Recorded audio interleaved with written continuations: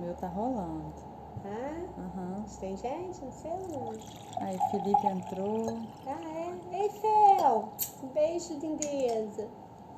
Então, vamos começar, né? Aham. Que a gente já tá contando o tempo. Então, gente, boa noite a todos vocês que estão aqui ao vivo e aos que vão estar assistindo, né, essa live depois, né? O meu muito obrigado pelo carinho de cada um de vocês. Nessa nossa quarta live, hoje o assunto é um pouco mais sério, né? Nós começamos falando, né, na primeira sobre aceitação, a segunda nós conversamos sobre rotina, depois se era possível ser mulher, né? E aí tudo um pouco mais tranquilo, um pouco mais leve. E hoje a gente vai entrar numa parte que também existe na maternidade especial. Não vou falar o lado negro, né? Mas um lado mais pesado, um lado tenso de descobrimento, de você ter que aprender a lidar com situações diferentes. Isso não acontece só numa maternidade especial. Também quando a gente é mãe, né, de primeira viagem ou de segundo, terceiro filho, nenhum filho é igual, nenhum ser humano é igual. Mas quando a gente se fala de um ser humano que não tem tantas limitações quanto ao meu filho, que eu venho falar através dele e por ele, é um pouco mais complicado. Então tem esse lado, sabe, de difícil, lado de chorar, de vontade de pedir para parar o mundo que eu quero descer. Né? E ao mesmo tempo existe o lado não para o mundo que eu não quero descer. É uma montanha russa de sentimentos e de emoções. Então, essa nossa live de hoje, né, o título dela é Surtos e Perrengues na Maternidade Especial. Então, quando que começou isso, né? Eu vou falar, sempre eu falo direcionado ao Bruno, porque ele que é o meu filho especial, mas sempre acaba sobrando e respingando nos outros dois, né? No Pedro e no Vitor, porque não tem como não falar deles, que eles são presentíssimos, né? Nessa história de vida e de amor que nós vivemos, que é chamada nossa família. Então, tudo começou, o primeiro surto, né? Foi no início... O primeiro surto foi o início de grandes emoções, que começou no dia 7 de março de 1997, com o nascimento do Bruno, para ser mais precisa, meia-noite, quando o Dorian, que era médico pediatra do hospital em que o Bruno nasceu, e na época, além de médico, era meu cunhado, né? E ele entrou no quarto que eu estava à meia-noite. O Bruno havia nascido às 7 horas da noite e foi para a UTI, né, por ser prematuro, mas até então estava tudo sob controle na minha cabeça. E eu fui para o quarto descansar, tinha acabado de ter tido uma cesariana, ainda estava meio sedada, com anestesia, essas coisas. E eu me lembro como se fosse hoje, meia-noite exato. Eu acordo com o Dorian na beirada da minha cama, muito agitado. Ele estava de plantão na Santa Casa esse dia, essa noite, né, na UTI. E ele virou para mim, ele me chama de Danha, ele virou e falou assim: Danha, senta que a gente precisa de ter uma conversa muito séria. E ali foi onde tudo começou, e o Dorian me falou que o Bruno tinha dado já a primeira complicação nas primeiras horas de vida, que ele teve que ser entubado e que haviam feito um exame de sangue. Ele estava com uma sepsemia, que é uma infecção generalizada, que é uma situação muito séria, que mata muito rápido. Ainda mais ele, um bebê prematuro que não tinha nem 2 quilos. E o Dorian falou: olha, Dani, eu vim aqui te falar para você se preparar, e se você quer ir lá em cima ver o seu bebê, porque eu não sei se você vai ver esse bebê outra vez. E nisso eu falei: claro que eu quero ir. E em menos de 10 minutos de conversa, né, dele comigo, ele já tinha avisado a minha irmã, e minha irmã já tinha falado para toda a família. Eu sei que eu não sei de onde surgiu tanta gente dentro daquele quarto lá na Santa Casa. E eu fui pro CTI. A minha primeira experiência na UTI com o Bruno foi essa madrugada. E eu olhei para aquele bebê ali tão frágil, sabe? E eu falei: nossa, a gente vai ter uma longa caminhada. E não vai ser uma caminhada fácil. Sabe quando o coração da gente aperta? E coração de mãe parece que tem um 6º, 7º, 8º, 10º sentido, né? A gente tem uma ligação muito forte. E quando eu olhei aquele bebê frágil, eu falei, aqui está começando uma linda história de amor, mas não vai ser aquela historinha de filme de fadas, de coisas bonitinhas apenas. Vamos ter uma história que a gente vai ter que aprender muito. E aí, nesse decorrer, nesse processo do Bruno na UTI, tem muitas histórias. Foram 2 meses, assim, intensos, eu vivendo dentro daquele hospital, dentro daquela UTI. Eu não me esqueço de um dia, tinha mais ou menos uma semana de vida do Bruno, e eu passava lá no hospital, nessa UTI, das 7 da manhã até as 7, 8 horas da noite. Eram de 12 a 13 horas todos os dias. Eu não sabia o que era uma cesariana, o que era ponto, porque a minha dor da minha alma era muito maior do que a minha dor física. Então eu não tinha noção do que o meu corpo estava sentindo, porque a minha alma gritava e sangrava, sabe, gente? É uma dor muito horrível. Você ir para casa e o bebê não ir, e não ir barriga, e não ir ninguém, e você não ter o controle de uma situação. E aí eu me lembro que eu cheguei na UTI numa manhã e o médico, um dos plantonistas, virou para mim e falou assim, Dani, essa noite o Bruno passou muito mal e ele parou de urinar, né, os rins dele não estão funcionando, a gente está dando medicamento, mas ele não está respondendo. E a gente não sabe o que pode acontecer nessas próximas 24 horas. O Bruno precisa de urinar. E aí eu fui até a incubadora vê-lo, né? Eu tinha saído à noite, ele era um ratinho murcho. Quando eu cheguei, gente, parecia que tinham pego uma bomba de ar e inflado ele, sabe? Ele era uma coisa assim, parecia um sapão dentro de uma incubadora de tão inchado. E aquilo me chocou, porque há poucas horas antes eu tinha visto ele de uma forma, né? E aí, naquele momento, eu falei com ele, tive uma conversa muito séria. Foi a minha primeira conversa séria com o Bruno.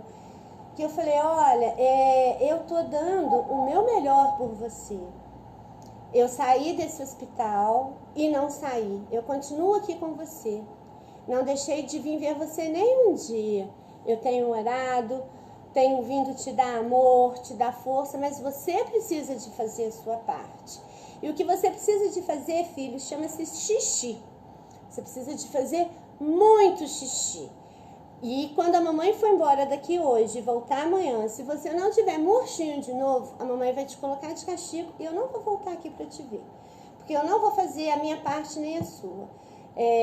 Eu sempre consegui distinguir isso, sabe? Não é justo a gente carregar a responsabilidade do outro, mesmo o outro sendo um ser recém-nascido prematuro, mas ele tinha alguma responsabilidade, senão ele não estaria aqui, né, na Terra, vivendo, passando por isso. E se ele tinha que passar por isso, ele tinha que passar isso com louvor. E aí, sei que quando eu falei isso com ele, eu me senti uma bruxa, gente, uma monstra, sabe? São os perrengues, as crises de consciência, aquela luta interna, né, de que, pô, será que eu tinha que ter falado isso? Será que eu não tinha? E daí fui embora, no horário que eu tinha que ir embora. E no outro dia, quando eu cheguei na UTI, gente, o menino tava murchinho, tinha perdido até pesos que não era para perder. E aí eu tive um surto de alegria, porque não existem surtos só de desesperos, existem os surtos bons também. E aí, nesse período, né, com essa internação, como eu disse, isso durou 2 meses, eu tive várias experiências. E uma das experiências que eu tive que me marcou muito foi uma experiência de fé. Eu sou uma pessoa que eu acredito na espiritualidade. Eu acho que nada acontece por um acaso. Não estou aqui para professar religião, para falar A, B, C ou D. Estou falando de mim, eu, Daniela, sou uma pessoa espírita, acredito em outras vidas, acredito que nada que a gente passa seja à toa. Nós não somos coitadinhos, nós não somos vítimas, nós somos responsáveis por tudo que nós plantamos nessa ou em outras vidas ou em vidas futuras. E dentro da minha crença, do que eu acredito, eu fui a uma cidade próxima, que é de Juiz de Fora, e fui ter uma experiência num terreiro de Umbanda com um preto velho. E foi uma coisa muito forte que aconteceu ali, porque eu acredito que Deus é amor.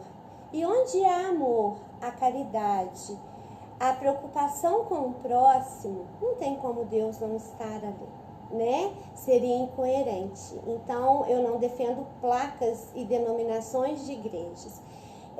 Eu defendo Deus como o amor sublime, a inteligência maior deste universo. E naquele lugar onde eu estava, Deus estava ali comigo. E eu nunca tinha visto aquele ser que estava incorporando aquele preto velho, aquele vô. E ele começou a me falar muitas coisas, o porquê eu estava ali. E me narrou uma coisa que estava acontecendo com meu filho naquele exato momento. Eu estava a 70 quilômetros da cidade em que eu moro e que o meu filho estava dentro de uma UTI. E esse vô, ele me narrou o que estava acontecendo naquele exato momento. E ele falou que Deus estava enviando anjos para dar o livramento ao meu filho. E o que me marcou muito, porque até então eu não sabia se aquilo era real o que estava acontecendo. Eu estava a 70 quilômetros de distância, não tinha celular, não tinha esse acesso. Eu só iria saber isso, se isso era real, no outro dia. E assim que eu fui me despedir dessa entidade, ele virou para mim e falou assim: manda um abraço para aquela moça que está lá cuidando do seu filho. Aquela médica, que além de médica, ela é sua irmã nessa vida. Mande um abraço para Adriana e ela vai ter sabedoria suficiente para saber o que fazer com o seu filho. E ela está salvando o seu filho neste momento. Eu fui embora, gente, apavorada.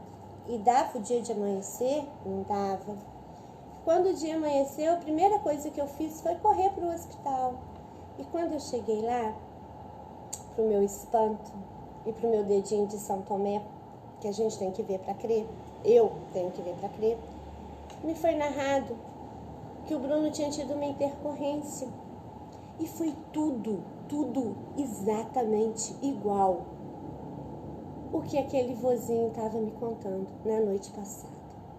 E aquilo foi uma coisa muito forte, porque dali eu consegui tirar fé e ver que aquilo era possível, que essa jornada seria possível, porque eu não estava sozinha com o Bruno. Além de eu ter todas as pessoas que me amam e que me davam suporte, eu tinha toda uma espiritualidade linda me abençoando e me fortalecendo, porque iriam vir muitas batalhas. E aí agora a gente vai vir para a ida para casa. Ah, gente, a ida para casa foi aquele momento tão aguardado, tão esperado e de muito medo, sabe? Lidar com aquele ser novo, aquele ser frágil, que eu não sabia como chegar no mundo dele até hoje. Já se passaram 23 anos, vou ser sincera com vocês. Há momentos de muita frustração para mim, porque por eu não conseguir chegar no mundo dele, devido a todas as limitações dele. Eu convivo com isso tem 23 anos, mas ainda não me adaptei com isso, não me conformo e me sinto frustrada nessa parte de não atingir o mundo do Bruno inteiramente, né? E aí em casa fui aprendendo a lidar com o Bruno, e quando o Bruno estava perto de fazer 1 ano, ele aprendeu a beber fôlego. Ai, gente, era um saco isso. E ele, assim, mesmo ele tendo as limitações, ele é um ser inteligente. No mundo dele, ele sabe o que ele consegue manipular e o que ele não consegue manipular. E ele percebeu que com o choro dele, ele me manipulava. Ele me fazia parar tudo que eu estava fazendo para dar única e exclusiva atenção para ele. Porque se eu não fosse, ele parava de respirar, gente. Ele fazia assim, ó, ele ia ficando roxo. E aquilo me desesperava. Eu falava, gente, esse menino vai morrer comigo aqui. Então ele fazia, eu já parava, já estava com o menino no colo. E ele me fez refém dele por uns 2, 3 meses com isso. Até um belo dia que eu tive um surto. Eu já estava cansada, gente, muito cansada. Porque assim, era uma rotina muito pesada e muito nova e muito diferente para mim, né? Todos, né? A maior parte das pessoas que estão vendo já sabem que tinha o Pedro antes do Bruno. E eu tinha que me dividir entre o Pedro, o Bruno, casa, e o menino chorando, me manipulando, e eu não conseguia Gente, eu não conseguia tomar banho, porque o menino chorava o tempo inteiro, ele só queria colo, colo, colo, colo. E aí teve um dia que ele começou a chorar e eu já estava meio que de mau humor, meio que de TPM, não estava num dos meus melhores dias, porque isso existe, tá? Isso existe. Nenhum ser humano é obrigado a estar 100% todos os dias. Ô, gente, nem na novela da Globo, nem em novela da Globo, o ator principal ele tá bem e bonito na fita a novela inteira, não. Quem dirá nós que vivemos uma vida real? Entendeu? Então, existe isso. Existe cansaço, existe desespero, vontade de tampar o ouvido e de não ouvir uma palavra, ouvir apenas o silêncio. Entendeu? E na maioria dessas vezes, o último som que a gente escuta é o do silêncio. Tem todos os sons. O silêncio não existe. E aí esse menino começou a chorar, gente. Começou a chorar. Eu tava fazendo comida, o arroz queimou, fiquei nervosa, não gosto de arroz queimado. Detesto rapa de arroz. Arroz pra mim tem que ser mais branco do que uma roupa alva. Assim, arroz tem que ser branco. E aí o arroz queimou. E esse menino chorando. Eu olhei pra cara dele e falei assim: agora você vai ficar roxo, que se dane, porque eu vou fazer um arroz branco, meu arroz não vai ser roxo igual você. Gente, eu virei as costas e eu larguei esse menino chorando, mas de raiva, sabe? O meu sentimento naquele momento era raiva. Se eu pudesse enfiar um pano na boca dele para ele parar de chorar, eu enfiava. Isso hoje é engraçado, a minha sobrinha tá morrendo de rir aqui, ela tá tendo crise de riso. Mas naquele momento não era nada engraçado, era muito desesperador. E eu acho que eu tô tendo muita coragem, sabe, de estar aqui dividindo isso com vocês. Porque a gente dividir que ser mãe de criança especial é lindo. Ai, que ser de luz que você é, né? Deus te deu um presente. Esse mundinho cor-de-rosa, ele é legal. Mas tem um mundinho que não é cor-de-rosa. E eu larguei o menino chorar. Gente, o menino ficou roxo. Eu falei, nossa, matei ele. Falei, vai chorar até morrer, até... Eu preciso de paz.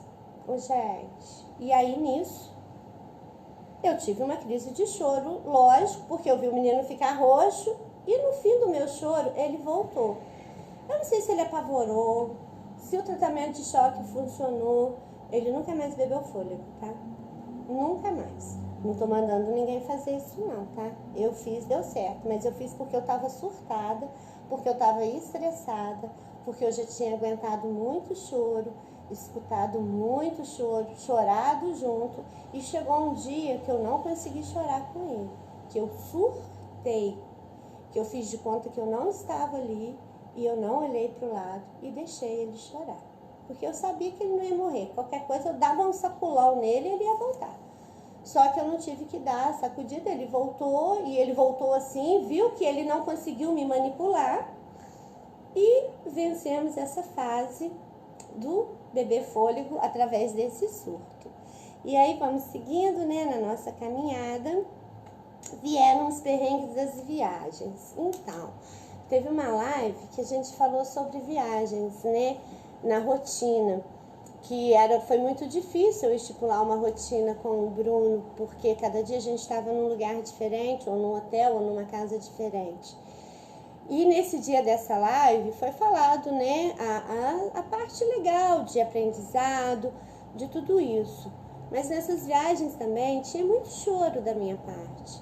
Tinha muito medo, muita insegurança, muito medo do que eu iria ouvir do profissional na consulta do dia seguinte, se eu ia ouvir o que eu queria, ou se eu ia levar um balde de água fria. Muitas viagens eu ouvi o que eu queria e voltei para casa super feliz. Mas tiveram muitas viagens que eu ouvi o que eu não queria ouvir e que eu voltei para casa com o olho inchado, de tanto chorar, decepcionada, cansada, com vontade de desistir. Só que aí isso ia passando, porque vinha o dia a dia, vinham outras funções a serem realizadas, outros motivos de alegrias, outros motivos de tristeza, e a vida foi passando, a vida vem se encaminhando.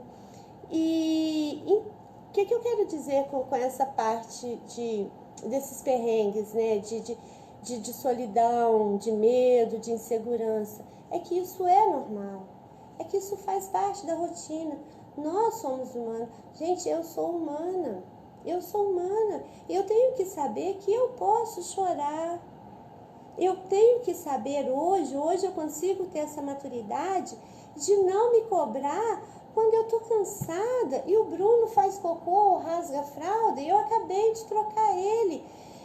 E aí eu me permito hoje falar, que saco, mas eu vou lá e faço tudo de novo.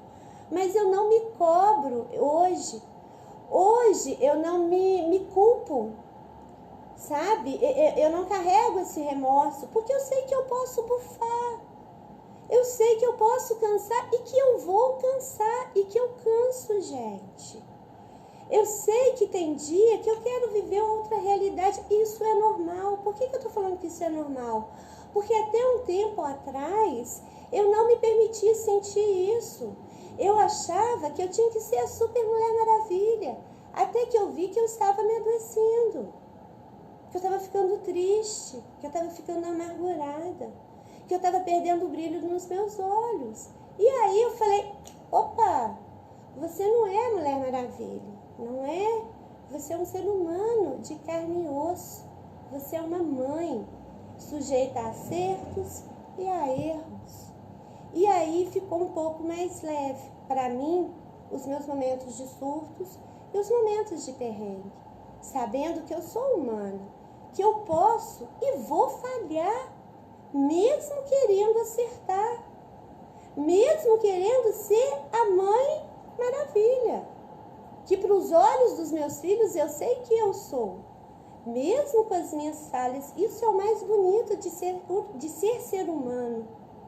Entendeu? De ser gente, de carne e osso, que apesar dos erros, eles não deixam de me amar, eles continuam me amando, porque eu não sou perfeita, e eu nunca é mentira, eu já quis vender essa imagem para os meus filhos, de que eu era perfeita, até o dia que eu vi que eu não era, e eu falei isso para eles, que eu era sujeita a erros, e que quando eu errasse, eu iria falar, eu estou errada.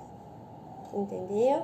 E isso me fez eu estar mais leve. Eu fugi aqui um pouquinho, mas eu senti necessidade de estar falando isso, né? Não sei se alguém precisava de ouvir, mas saiu e não estava no meu roteiro. Vou voltar aqui para o roteiro.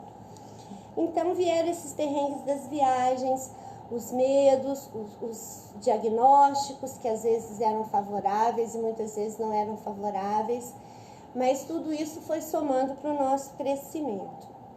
E aí, nesse processo, vou contar uma historinha para vocês de um susto, né? E aí, mostrando, porque eu posso, né, dar esse exemplo, porque eu consigo ter, né, o Pedro e o Vitor, entre aspas, sem a deficiência e as limitações do Bruno. Então, eu consigo viver, transitar por esses dois mundos da maternidade. O Pedro, quando ele tinha por volta de uns 10 anos, e o Bruninho uns 5, o Pedro pegou catapora. E aí, o Pedro e o Bruno dividiam o mesmo quarto. Só que o Pedro, quando ele teve a catapora, ele teve 2 pintinhas, gente, sem mentira. Eu descobri que era catapora porque a minha irmã me falou que a pintinha era diferente, porque pra mim era uma mordida de pernilongo. Aí eu falei, gente, isso foi tão brando, né? Assim, eu tava naquele processo de tirar o Bruno da redoma. Isso é doença de criança, né? Irmão passa pra irmão e tal. Do Pedro foi tranquilo. E não me preocupei com o Bruno nessa questão. Gente, quando a catapora do Pedro acabou, as 2 pintinhas, apareceu o Bruno. Meu pai, que desespero. Gente, o Bruno teve tanta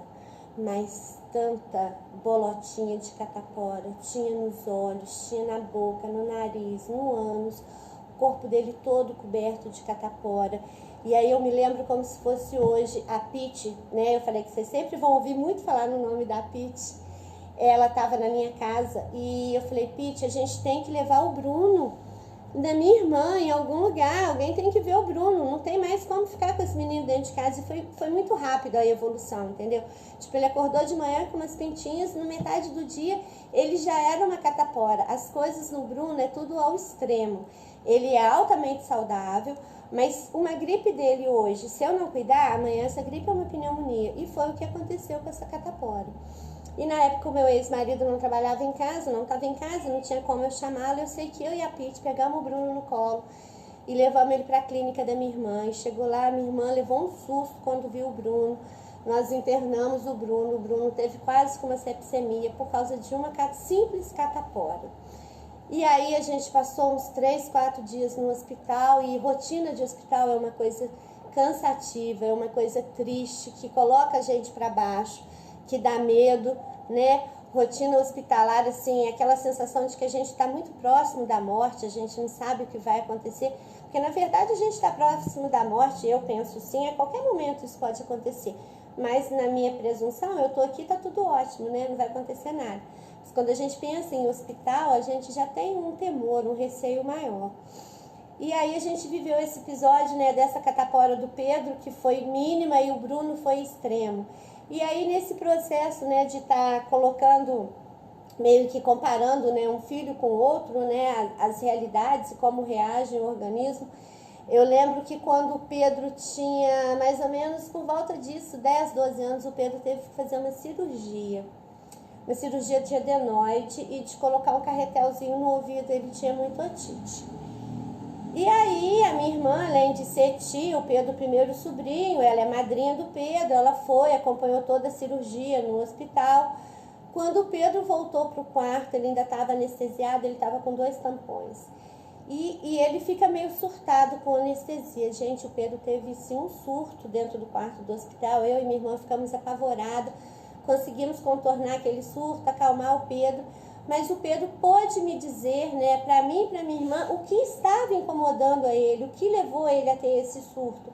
E aí ficava muito mais fácil de você lidar ali naquela situação com uma pessoa te falando o que doía, o que incomodava, como foi quando o Vitinho, com 5 anos, fez uma cirurgia de hérnia e fimose, teve uma complicaçãozinha, foi chato, foi difícil. Eu tive medo, né? Porque filho não tem essa, nem idade, nem se é especial, se não é especial. Filho é filho, qualquer dia, qualquer hora e com qualquer idade. Mas o Vitor, ele sabia se comunicar, eu conseguia chegar ao mundo do Vitor, levar o conforto e o carinho que ele precisava para aquele momento. E já aí entra a dificuldade de lidar com um ser especial. O Bruno passou por mais de 10 cirurgias no decorrer dessa vidinha dele, né? Da vida dele, desses 23 anos. Em Belo Horizonte com o Dr. César. O Bruno já fez alongamento de tendão, em panturrilha, no pé, na virilha. E numa dessas cirurgias foi muito difícil e muito traumatizante para mim o pós-cirúrgico, porque aí eu já estava meio que acostumada a entregar filho para ir para o centro cirúrgico, porque também não é legal, né? É uma sensação muito ruim que você está entregando o seu filho ali vivo. E você não sabe se o médico vai te devolver ele vivo, né? Você não sabe se a anestesia vai dar certo, se vai ter algum choque, se vai ter alguma complicação. Então é um momento de muita angústia, né? Quando a gente entrega uma pessoa que a gente ama para ir para uma cirurgia, por qualquer que seja a cirurgia, por mais simples que seja, né? E entregar um filho é mais difícil ainda. Mas aí, assim, entreguei o Bruno, já confiava no Dr. César, já estava, assim, descolada desse momento, já estava acostumada a lidar com essa dor. Só que quando o Dr. César me devolveu o Bruno, né, depois da cirurgia, que correu tudo bem, que foi um sucesso, e que eu tive que retornar com o Bruno para Juiz de Fora, e que eu vi a situação que meu filho se encontrava, ele estava com as 2 pernas engessadas.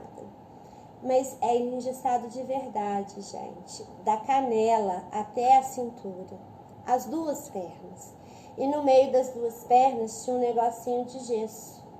Então, não tinha como mover o Bruno. Gente, não tinha como trocar fralda.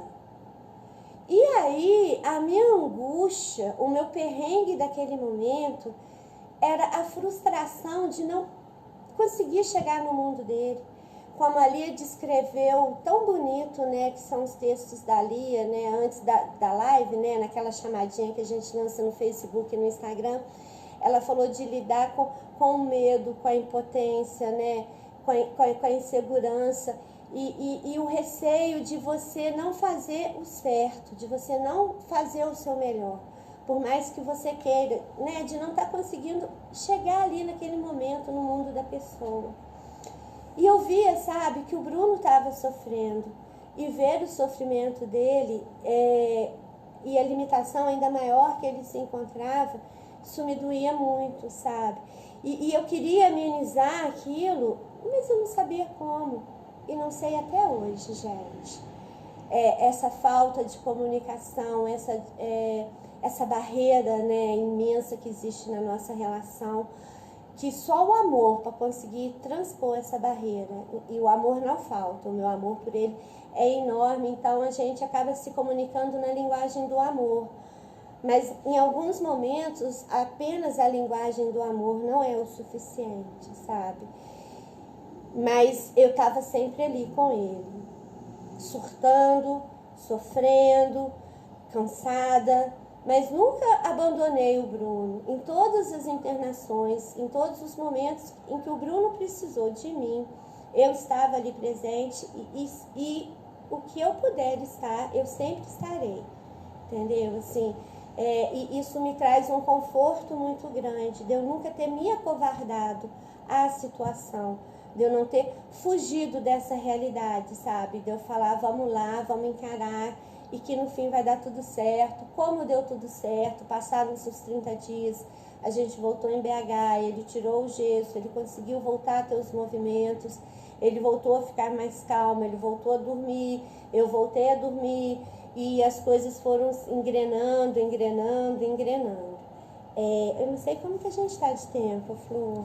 São 7h35, Amora. Tem ainda 25 minutos. Então, eu acho que a gente vai conseguindo. Tá legal aí, o pessoal? Tá super rolando. A Pete até fez um comentário sobre da catapora, que vocês foram correndo com o Bruno nos braços para a clínica, porque não tinha nem carro. Foi um perrengue, né, Pete? Foi um perrengue grande, você sempre junto comigo nos meus perrengues, né? A Drica lá aqui também falou várias coisas, assim, apreciando mesmo sua partida, né? Dri, saudade de você, lindeza. Beijo no seu coração. E aí agora a gente vai entrar na parte dos hospitais, né? Ufa, foram muitas internações, assim, eu vou falar das principais. Tiveram internações bobinhas, internações mais ou menos, internações sérias, que nós passamos, assim, uma semana dentro de uma UTI. Uma dessas internações, o Bruno tinha por volta dos 12 anos. E aí que sempre eu me esbarro na minha limitação da comunicação, sabe? Essa é a minha grande frustração em relação ao Bruno. Eu não consegui me comunicar com ele e ele não conseguir se comunicar comigo. Tipo assim, mãe, o meu estômago tá doendo. Para eu descobrir que ele tá com uma dor no estômago, tem que rolar um processo muito grande, que foi esse que rolou dessa internação, que eu vim a descobrir que ele tinha um problema de gastrite. O Bruno, ele começou a ter várias crises convulsivas. Uma crise atrás da outra, uma crise atrás da outra. Na época eu ainda era casada. Meu ex-marido sempre foi muito presente como pai, ele sempre foi muito atencioso. Ele nunca me deixou sozinha em relação aos meninos. Isso eu nunca posso reclamar e jamais posso falar. Isso, ele tem esse mérito que eu acho muito bacana. E aí a gente conversando, por que dessas crises e tal, vamos marcar uma consulta.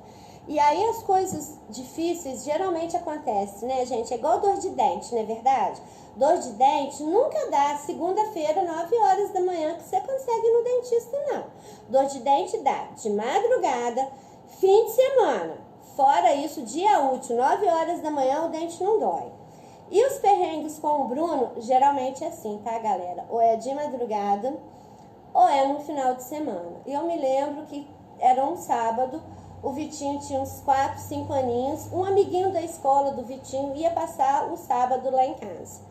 E o coleguinha chegou, eles brincando, nisso o Bruno começou a ter uma crise, E no meio da crise o Bruno vomitou muito. Só que ele começou a vomitar uma cor escura e tal. E aí a gente apavorou. Eu falei, Monte Sinai. Corremos com o Bruno pro Monte Sinai. Liguei pra minha irmã. A minha irmã já foi para encontrar com a gente lá. Ligamos para a neurologista dele. A neurologista foi para o hospital para fazer a internação e para investigar o que estava desencadeando essa crise. A gente não associou ao vômito. E ele internou, passamos o primeiro dia, no segundo dia, nem com medicação venosa, a crise não acabava, E o Bruno vomitando. E aí, ao mesmo tempo que me frustra essa falta de diálogo com o Bruno, de falar e de ouvir o retorno, Deus, na sua infinita misericórdia, e também eu sempre vou falar de Deus, tá? Porque Deus, ele é tudo pra mim. Ele é muito misericordioso comigo, sabe? A minha relação com Deus é uma relação muito bacana. E aí, ele me dá um sexto sentido, uma intuição, sabe? Eu ouço isso dentro de mim e é batata, gente. Todos os diagnósticos do Bruno, eu não quero tirar mérito de nenhum médico, mas foi através da minha fala, da minha percepção e da minha intuição. E o Bruno continuando a ter crise convulsiva e esse vômito esquisito. E eu falei com a neurologista, ela estava no quarto. Falei, doutora, será que por que está tendo essa crise? Será que esse menino está sentindo dor? O que é esse negócio esquisito que esse menino está vomitando? Vamos dar uma atenção a esse vômito, não está muito normal. E ela falou, tudo bem, Dani, se for te tranquilizar, vamos chamar uma gastro para ver, né, dar uma opinião, uma segunda opinião. E aí chamamos a gastro foi no hospital e pediu uma endoscopia. Cara, batata. O Bruno, devido a muita medicação, desde o primeiro sopro de vida dele aqui na Terra, já encarnado, fora da minha barriga, ele toma remédio. São 23 anos de remédio. Na época ele estava com 10, 12 anos, eram 12 anos de medicação. Isso acabou com ele. Ele tinha uma gastrite que era tudo corroído e com muitas feridas. Vocês têm noção de tanto de dor que meu filho sentiu? Para chegar ao ponto dele ter que vomitar sangue. E eu, com a ajuda de médicos, conseguimos descobrir que era uma gastrite e que essa crise convulsiva era devido ao nível de dor que ele estava sentindo. Ah, gente, isso é ruim. Isso é muito ruim. Isso frustra. Isso surta. Isso dá vontade de chorar. Mesmo lá atrás. Mesmo lembrando hoje. É muito dolorido.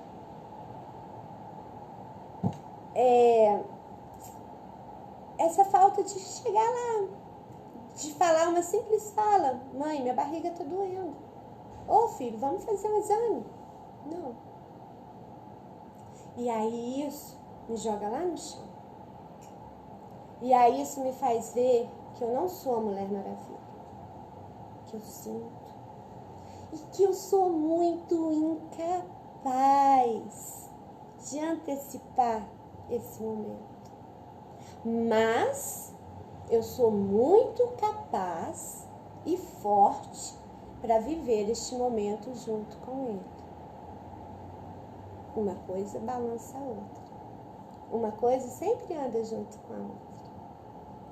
Mas o pulo do gato é elas estarem sempre assim. Não assim, não assim. Mas sempre consegue? Mas a gente tem que buscar esse equilíbrio, tá?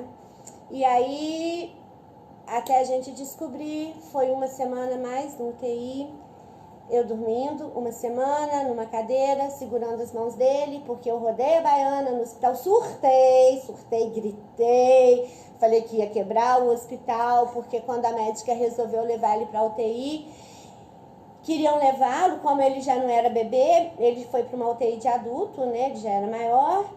E iam amarrá-lo, presta atenção, queriam amarrar os bracinhos, as perninhas dele, para ele não arrancar soro nem nada disso. Eu falei, ninguém vai amarrar meu filho, eu vou ficar.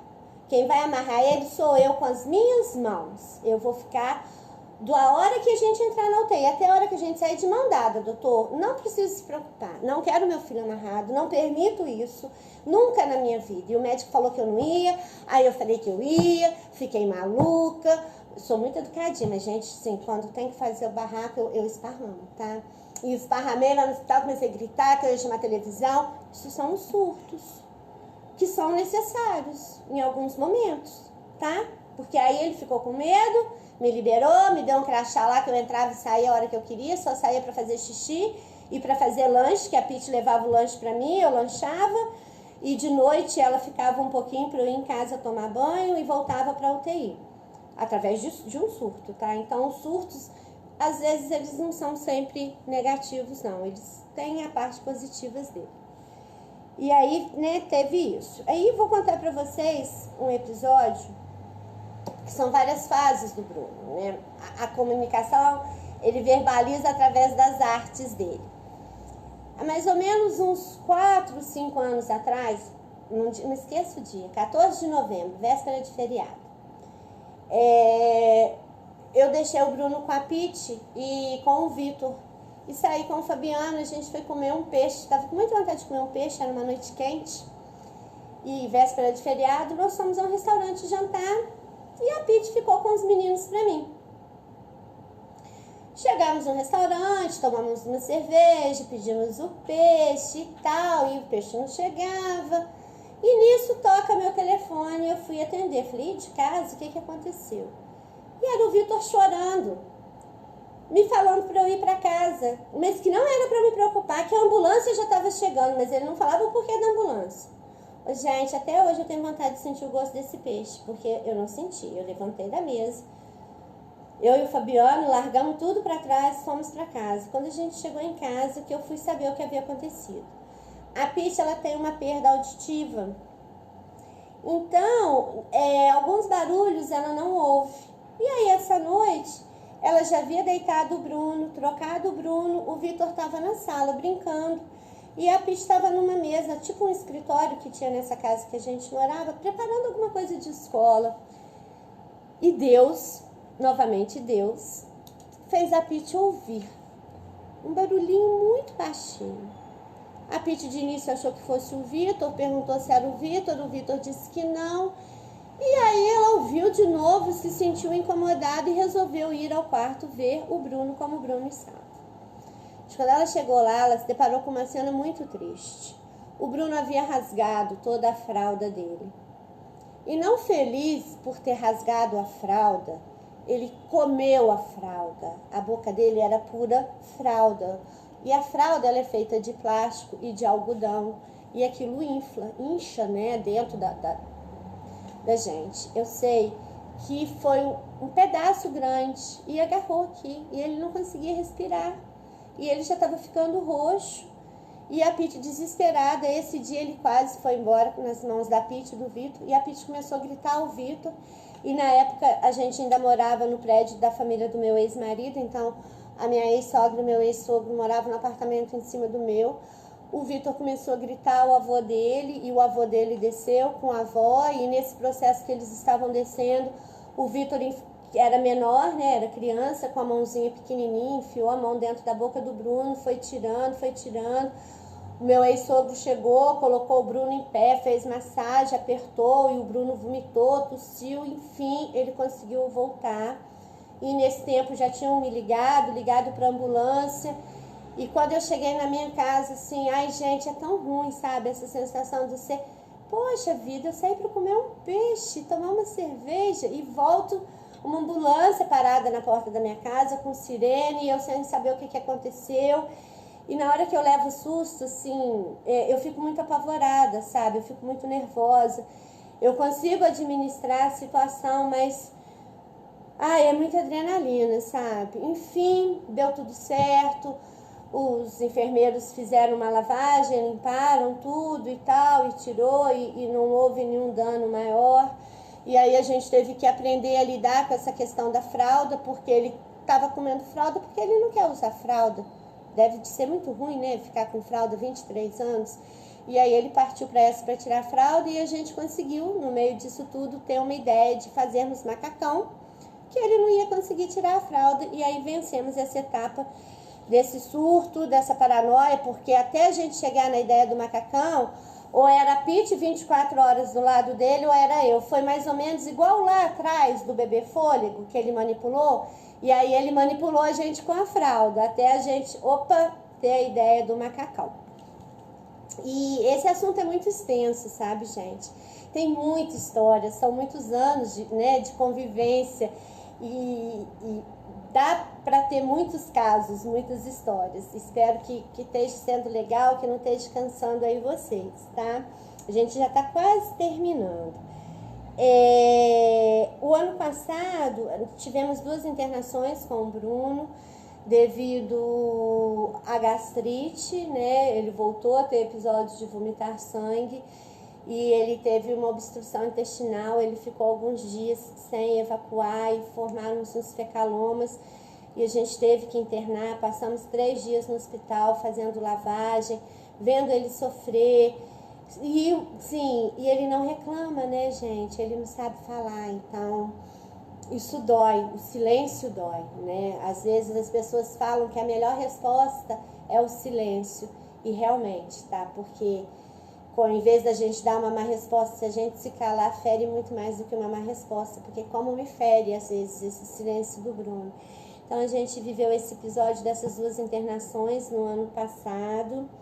E aí agora eu vou contar para vocês a última história pra gente estar finalizando.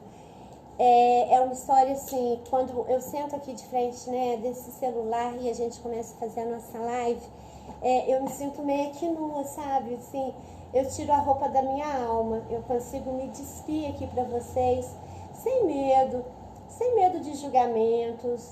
Assim, se alguém estiver me julgando aí do outro lado, é uma pena, entendeu? Porque assim, não me preocupo com os julgamentos. Eu acho que tudo é para a gente evoluir. Mas acho que tem que ter muita coragem para sentar e falar todas essas coisas que eu tô falando, coisas da minha intimidade, né? E essa história que eu vou contar para vocês é porque de dentro de todos esses surtos, essa foi uma muito forte e que me fez ter medo de mim como ser humano. Não como mãe, mas como ser humano. E até onde chega o nosso limite. Que todo ser humano tem um limite e é perigoso quando a gente começa a transitar nessa zona do limite. Há uns 2 anos mais ou menos atrás, eu trabalho, né, numa operadora de saúde, então o meu dia a dia, minha rotina, eu lido diretamente com vários médicos auditores de várias especialidades, então assim, a gente troca muita figurinha, às vezes quando eu passo algum aperto, acho que está acontecendo alguma coisa diferente. Então eu tenho liberdade com alguns e peço, né, ajuda, que eu não tenho vergonha em pedir ajuda, porque eu sei que eu sozinha eu não consigo. E aí já tinha mais ou menos uma semana que o Bruno estava trocando a noite pelo dia. E quando começava por volta das 3 horas da manhã, o Bruno começava a gritar e a se bater. A primeira noite eu acordei de boa, às 3 da manhã, tentei virar ele de lado, vi se ele estava de xixi vazado, não. Vi que ele não estava na mesma a fim de dormir. Passei a primeira noite numa boa, acordada das 3 da manhã. Às 6 da manhã eu fui tomar banho, porque eu tenho a minha rotina de trabalho para poder ir trabalhar. Isso foi a primeira, segunda, terceira noite. Quando chegou na 4ª noite, eu já estava cansada, já tinham 4 noites que eu não dormi uma noite inteira. E durante o dia, o bonito dorme. E eu, a bonita, estava lá trabalhando. E nessa 4ª noite eu acordei, gente, o Bruno ele tinha rasgado toda a fralda. E eu já estava começando a ficar irritada, sabe, com esse processo. E aí eu fui, troquei a fralda dele, de muito mau humor, de muita má vontade, com muita raiva, a fim de dormir. Troquei, arrumei ele, deitei e voltei pro meu quarto. E continuei a ouvir os gritos, os tapas, e comecei a chorar. pedindo a Deus que o dia raiasse para eu tomar banho, para eu sair dali. Eu queria sair, gente, de dentro da minha casa, porque eu já não suportava mais aquilo. Eu estava chegando no meu limite como ser humano. E aí o dia amanheceu e eu fugi pro meu trabalho, que nesse dia foi a minha fuga mesmo eu estando com muito sono e querendo dormir. E quando foi chegando o final do dia, eu só pedi a Deus para eu ter uma noite de sono tranquila. E não comentei com ninguém nada disso no meu trabalho. Batata, 3 horas da manhã, eu acordo com o Bruno gritando. Só que dessa vez, gente, não era a fralda que estava rasgada. Ele destruiu, a Pete está aí na live de testemunha, ela pode até falar isso, um colchão. Ele tem muita força. Ele rasgou o colchão dele inteiro. E toda a espuma, gente, tinha espuma no chão, tinha espuma na cama, tinha espuma no olho, tinha espuma no nariz, tinha espuma na boca. E ele gritava, e ele gritava, e ele gritava. Essa frase agora vai ser forte. Se tiver menores de idade, eu peço que sejam retirados, tá? Eu tô brincando, mas eu tive muito medo de mim. Eu peguei um travesseiro. E a minha vontade com aquele travesseiro era de sufocar o meu filho. E quando eu me dei conta de que eu estava com esse travesseiro na minha mão e com esse pensamento, eu ajoelhei no chão e eu comecei a chorar. E eu comecei a chorar muito porque eu descobri que dentro de mim existia um monstro que passou pela minha cabeça que eu só queria dormir e que eu queria acabar com aquilo, com aquela situação. Graças a Deus, eu não fiz nada com aquele travesseiro. Eu joguei o travesseiro no chão e chorei e clamei a Deus força para que eu conseguisse arrumar aquilo tudo e pedir ajuda. E eu consegui, sem ignorância, sem raiva, com o coração doendo e com medo de mim mesma, arrumar o Bruno. E quando era umas 5 e pouca da manhã, já estava tudo arrumadinho, ele já estava deitado, já meio sonolento. E eu fui para a cozinha passar um café. E lembro eu sentada na sala antes do dia amanhecer, chorando e tomando esse café, sabe? E me sentindo muito mal. E aí eu falei que para mim mesma que a gente não pode julgar ninguém. Às vezes a gente vê, né, cuidador que judia, pessoa que perde paciência. Porra, eu era mãe, eu não era cuidadora, eu não era tia, eu não era vizinha, eu não era enfermeira, eu era mãe. E eu me vi com o travesseiro na mão, a ponto de fazer uma loucura. Gente, isso é normal? Não, isso não é normal. Isso não é legal. Mas isso pode acontecer. Isso se chama situação limite. E aí, quando o dia amanheceu, eu tomei meu banho, fui pro meu trabalho e cheguei lá, procurei uma auditora, a doutora Cláudia, ela é neuro. E eu gosto muito da doutora Cláudia, tenho um carinho enorme por ela, e eu contei isso pra ela chorando, sabe? Mal. E com medo dela me julgar, porque assim, eu tenho medo, sabe, do julgamento das pessoas. Cara, e admitir que eu tinha pego um travesseiro pra tentar, não vou completar a frase, todo mundo sabe. E aí ela me deu um abraço, e ela falou que eu era uma guerreira, que eu era corajosa, que eu era forte, porque eu estava sendo capaz de pedir ajuda. E ela me ajudou. A gente trocou os remedinhos do Bruno. Ela me deu na época um passiflora para eu poder me acalmar. E ela me mostrou que eu precisava de cuidados também. E que isso é normal, a gente precisar de cuidados. Porque a gente cuida, atropela tudo e a gente não se cuida. E nesse dia eu me senti muito cuidado. Muito cuidada. E esse foi o pior surto. Peço a Deus que eu nunca mais viva isso, que eu tenha maturidade para não viver isso, mas eu vivi isso e estou aqui dividindo isso com vocês. Foi superado e hoje o Bruno está numa fase super zen, super tranquilo, feliz. Na pandemia a gente viveu 2 momentos de crise convulsivas, mas contornamos e já tem um período que ele está super tranquilo. Então, gente, é isso. O tempo já deve estar acabando. Existe surto, 2 minutos. Existe surto, existe perrengue. A live vai cair. Quero falar minha frase rapidinho para vocês. A gente finge que é tranquilo, mas é cada surto interno que a gente tem. É normal, tá, gente? Quero também falar para finalizar sobre a nossa próxima live. Daqui a 15 dias o tema vai ser separação com filho especial. Como se reinventar. Espero que vocês tenham gostado, tá? Conto com vocês e espero poder estar fazendo a diferença na vida de vocês, como vocês fazem a diferença na minha vida. Tem alguma coisa que eu posso falar? Alguma resposta? Não, algum amor, beijo? é isso. Alguma coisa especial hoje? Ah, tia Dila, Felipe, Beijo, tia. Maristela. Beijo, Felipe. Beijo, Mari. Pete, Lela, Jaciara. Nossa, quanta gente linda. Ai, Amo tia, vocês. foi muito linda essa live hoje. Peço desculpa porque o tema era muito grande e atropelei. Tem muitas histórias ainda e a gente vai misturando, embolando e cada dia a gente vai contando um pouquinho. Mas obrigada pela paciência de vocês me verem. Eu despiro a minha alma aqui com vocês e o meu coração.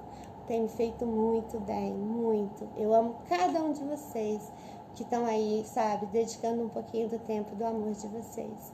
Como vocês são especiais e como vocês têm me ajudado. Beijo, boa semana e até daqui 15 dias com separação. Vamos acabar de despir agora, ó. Só vai faltar o polidense. Beijos. Vou encerrar. Ai.